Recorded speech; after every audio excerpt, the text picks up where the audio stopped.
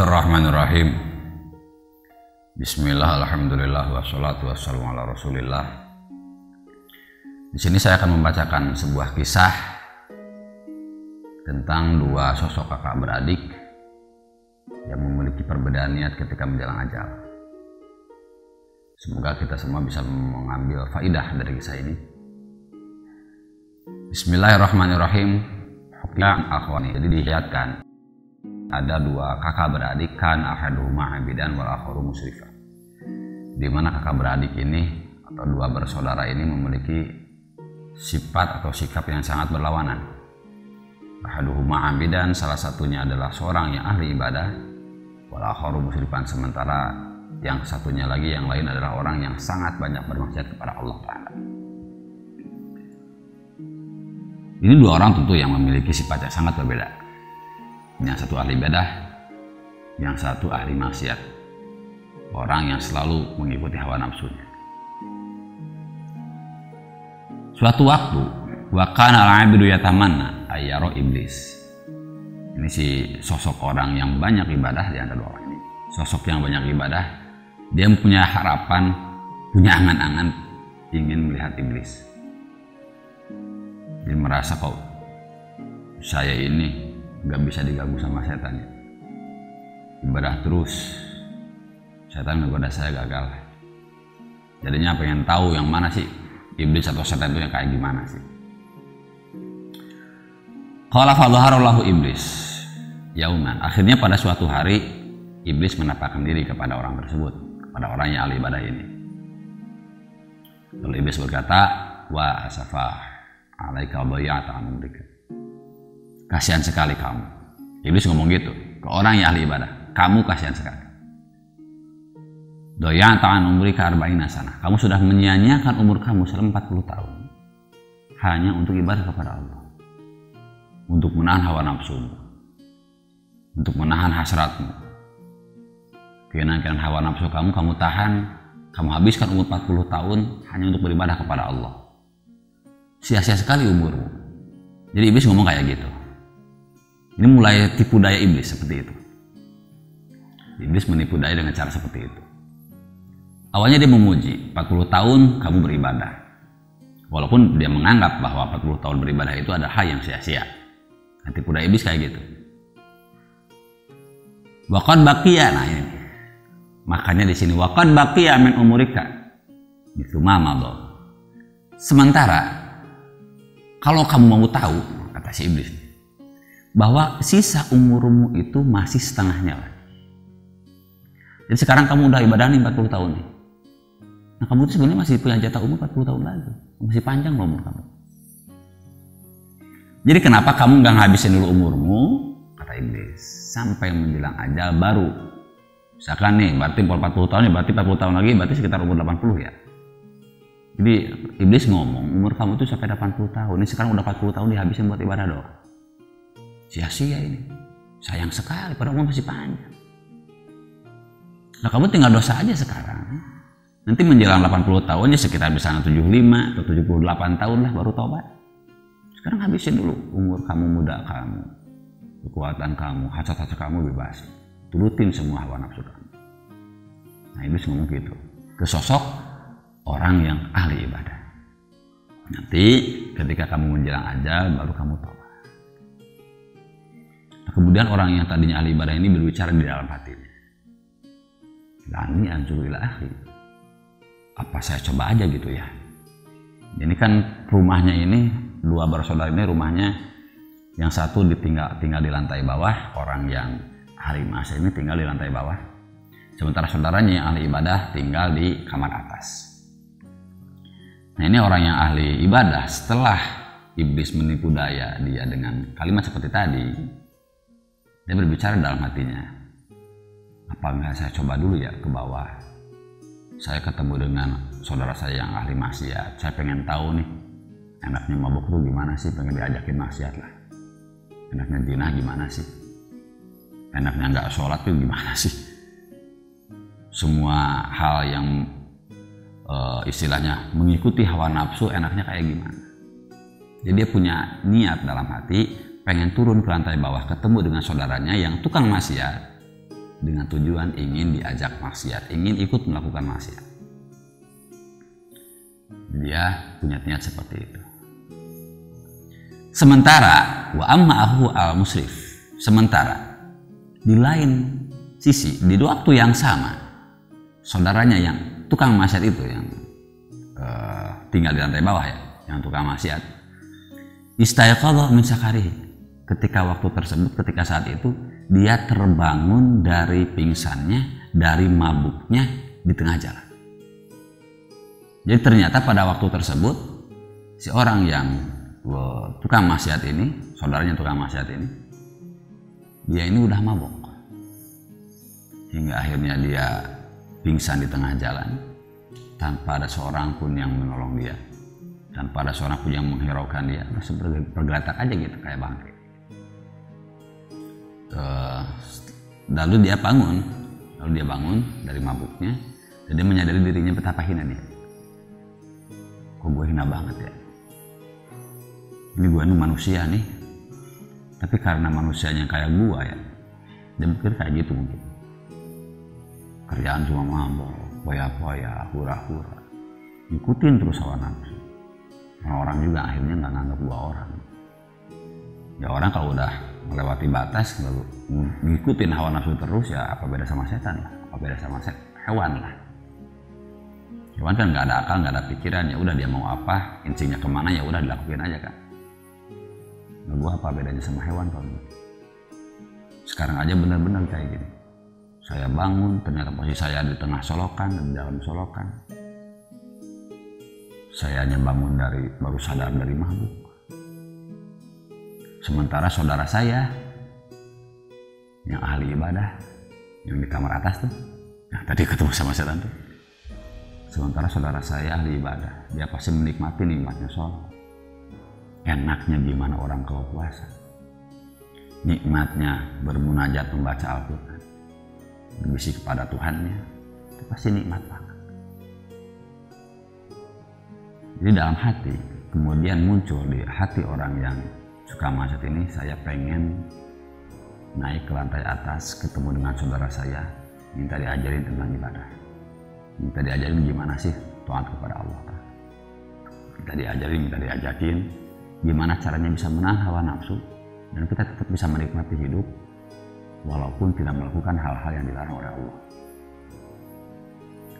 Nah akhirnya pada waktu yang sama, saudara atau dua bersaudara ini, yang satu ahli ibadah, dia turun ke lantai bawah pengen ketemu saudaranya di bawah dengan tujuan mau melakukan maksiat. Sementara saudaranya yang di bawah, yang ahli maksiat, ini naik ke atas, naik ke tangga ke atas dengan tujuan pengen ketemu saudaranya ahli ibadah, dengan niat pengen beribadah, pengen tobat. Ternyata ada insiden. Yang turun ke bawah itu yang dari atas di tangga terpeleset. Dia jatuh, nimpa ke saudaranya yang dari bawah naik ke atas, nimpa. Kedua orang ini jatuh dari tangga, kedua orang ini tewas seketika. Jadi ternyata dua orang ini walaupun ketika hidupnya memiliki tingkah yang berbeda, ketika matinya pun memiliki tingkah berbeda. Di mana yang satu yang tadinya ahli ibadah, dia meninggal dengan membawa niat ingin maksiat. Jadi ini dia lagi perjalanan mau maksiat nih, artinya. Sementara yang satunya lagi yang tadinya ahli maksiat, dia meninggal sedang dalam perjalanan untuk bertaubat, sedang dalam perjalanan untuk melaksanakan ibadah kepada Allah. Lalu akhirnya gimana kemudian? Maka akhirnya orang yang ahli ibadah tadinya akan dikumpulkan di alam mahsyar dalam keadaan dia ini mencari atau mau melakukan maksiat. Ya tingkah orang yang suul khotimah kayak gimana di alam mahsyar. Begitupun sebaliknya, orang yang tadinya ahli maksiat karena niatnya bagus ketika dia meninggal, maka dia akan dikumpulkan di padang mahsyar dalam keadaan orang yang husnul khotimah, orang yang meninggal ketika akan melaksanakan atau melakukan ibadah. Jadi begitu pentingnya niat. Jangan sampai ada satupun aktivitas kita yang niatnya itu adalah niat buruk. Apalagi sampai dilakukan niat buruknya tersebut. Jadi niat ini sebagaimana hadis Kanjeng Muhammad SAW, niat ini adalah sesuatu yang amat sangat penting dalam setiap aktivitas muslim. Karena kamin amalin yatasawwaru bi surati amali dunya. Rasulullah pernah bersabda, banyak sekali amal-amal yang rupanya itu, bentuknya itu amal-amal duniawi. Tapi karena bagus niatnya, ini kemudian berubah menjadi amal ukhrawi, amal akhirat. Contoh gini lah, makan itu kan aktivitas duniawi ya, makan, minum, kemudian istirahat atau tidur, kemudian misalkan lagi kita kalau yang udah menikah mungkin bersenggama dengan istri atau suami, itu kan aktivitas duniawi ya. Tapi kalau kita bagus niat di situ, aktivitas ini bisa jadi aktivitas akhirat yang memiliki nilai pahala di akhirat nanti. Ya misal contoh, kita niat ketika makan, setiap suapan makanan yang masuk ke mulut kita, kita niatin dalam hati ini, ya Allah saya makan nih supaya saya punya kekuatan, punya energi untuk beribadah kepadamu. Agar energi yang terhasil dari makanan ini bisa mencari rezeki yang halal.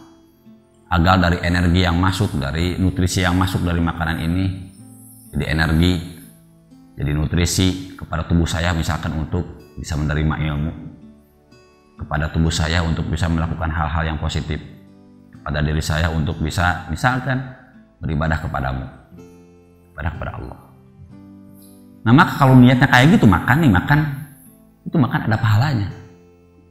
Jadi kita tiap waktu udah mah nikmat, makan itu kan enak ya, udah mah enak, ada ganjarannya pula. Minum kayak gitu juga, misalkan minum kopi, ini saya minum kopi, ini kopi juga udah enak nih, bisa menghilangkan stres. Saya minum kopi supaya saya terhindar dari minuman yang haram, misalnya terhindar dari arak. Memang arak juga menghilangkan stres ya, melupakan masalah. Tapi itu kan haram, bikin mabuk. Kalau kopi kan kagak haram. Saya ngopi supaya nggak minum arak nih. Nah, itu kopinya ada ganjarannya, ngopinya itu. Karena niatnya bagus, niatnya dia ngopi supaya menghindari hal-hal yang maksiat. Kalau bisa kita tidur, diniati nih saya tidur supaya besok bisa bangun pagi, bisa bangun subuh buat sholat subuh, supaya besok bisa fit ngambil rezeki atau mencari rezeki yang halal, supaya besok bisa fit menuntut ilmu yang bermanfaat. Itu juga diniatin kayak gitu, maka tidurnya pun akan menjadikan ibadah buat dia, nilai akhiratnya ada. Lalu sebaliknya sabda Nabi Muhammad SAW, kam min a'malil akhirah, kam min amalin yatasawwaru bi surati amalil akhirah. Banyak sekali amal-amal, aktivitas-aktivitas yang gambarannya ini gambaran aktivitas akhirat. Tapi karena jelek niatnya, menjadi amal-amal duniawi saja. Di akhirat nggak ada nilai sama sekali. Bisa contoh ya amal akhirat ya sholat, ngaji, puasa. Misalnya lagi sedekah, itu kan amal yang tadinya orientasinya buat akhirat kan. Tapi kalau kita jelek niat di situ, ya udah, aktivitas duniawi doang itu jadinya. Kita sholat nih, hati kita niatnya kita sholat pengen dipuji orang, ya udah. Jadi hal duniawi doang, dipuji orang di dunia, ya udah. Dah ya nggak ada apa-apa, lah kan dia niatnya itu. Likulli imri'in ma nawa. Untuk setiap orang apa yang diniatin. Kamu niatnya mau dipuji orang nih sholatnya, ya udah dikasih pujian sama orang, ya udah jadi. Nggak bisa minta apa-apa lagi ya, kan emang itu yang dipingin. Yang dipingin cuma pujian orang kan. Puasa nih, puasa biar bisa aja dapat baju lebaran, ya udah dapat baju lebaran, ya udah nggak ada pahalanya, baju lebaran doang dapatnya. Itu kan berarti duniawi doang, hanya dunia aja. Jadi jangan sampai niat kita malah menjadikan hal yang seharusnya ibadah bukan ibadah. Seharusnya niat kita menjadikan hal yang dohirnya ini bukan ibadah, tapi karena niatnya bagus menjadi ibadah. Maka kemudian ketika orang memahami bahwa niat itu berpengaruh penting, dia juga bisa ngerti akhirnya. Orang bakal paham bahwa seringkali kita ini diperintahkan ibadah sama Allah Ta'ala. Itu bukan berarti harus selalu ibadahnya yang pokok ya, misalnya sholat, ngaji Quran, puasa, bukan. Kita harus terus beribadah kepada Allah dalam artian semua aktivitas kita di dunia ini, entah itu aktivitas ibadah yang mahdoh, ibadah pokok seperti sholat, puasa dan sebagainya, ataupun yang bukan, bahkan mungkin aktivitas duniawi doang, harus punya nilai ibadah. Jadi kalau kita disuruh ibadah nih, misalkan, kamu tambahin deh ibadahnya misalnya. Beribadahlah kepada Allah sebanyak-banyaknya misalnya. Nah, mungkin itu artiannya bukan berarti harus ibadah, harus terus-terusan sholat, harus terusan baca Quran, harus terusan ngaji, bukan. Tapi gimana caranya semua aktivitas sehari-hari, semuanya ini adalah ibadah. Caranya punya niat yang bagus dan dilakukan dengan cara yang halal. Tidak bertentangan dengan aturan Allah. Jadi pentingnya niat seperti itu. Dalam setiap aktivitas kita, kemanapun kita beranjak, siapapun orang yang bakal kita temui, apapun yang akan kita lakukan, pastikan kita punya niat atau tujuan yang bagus. Jangan sampai sesuatu yang bagus karena buruknya niat menjadi hal yang buruk. Belum sebaliknya, usahakan sesuatu yang biasa saja, tapi karena bagusnya niat bisa menjadi hal yang bagus. Wallahu a'lam.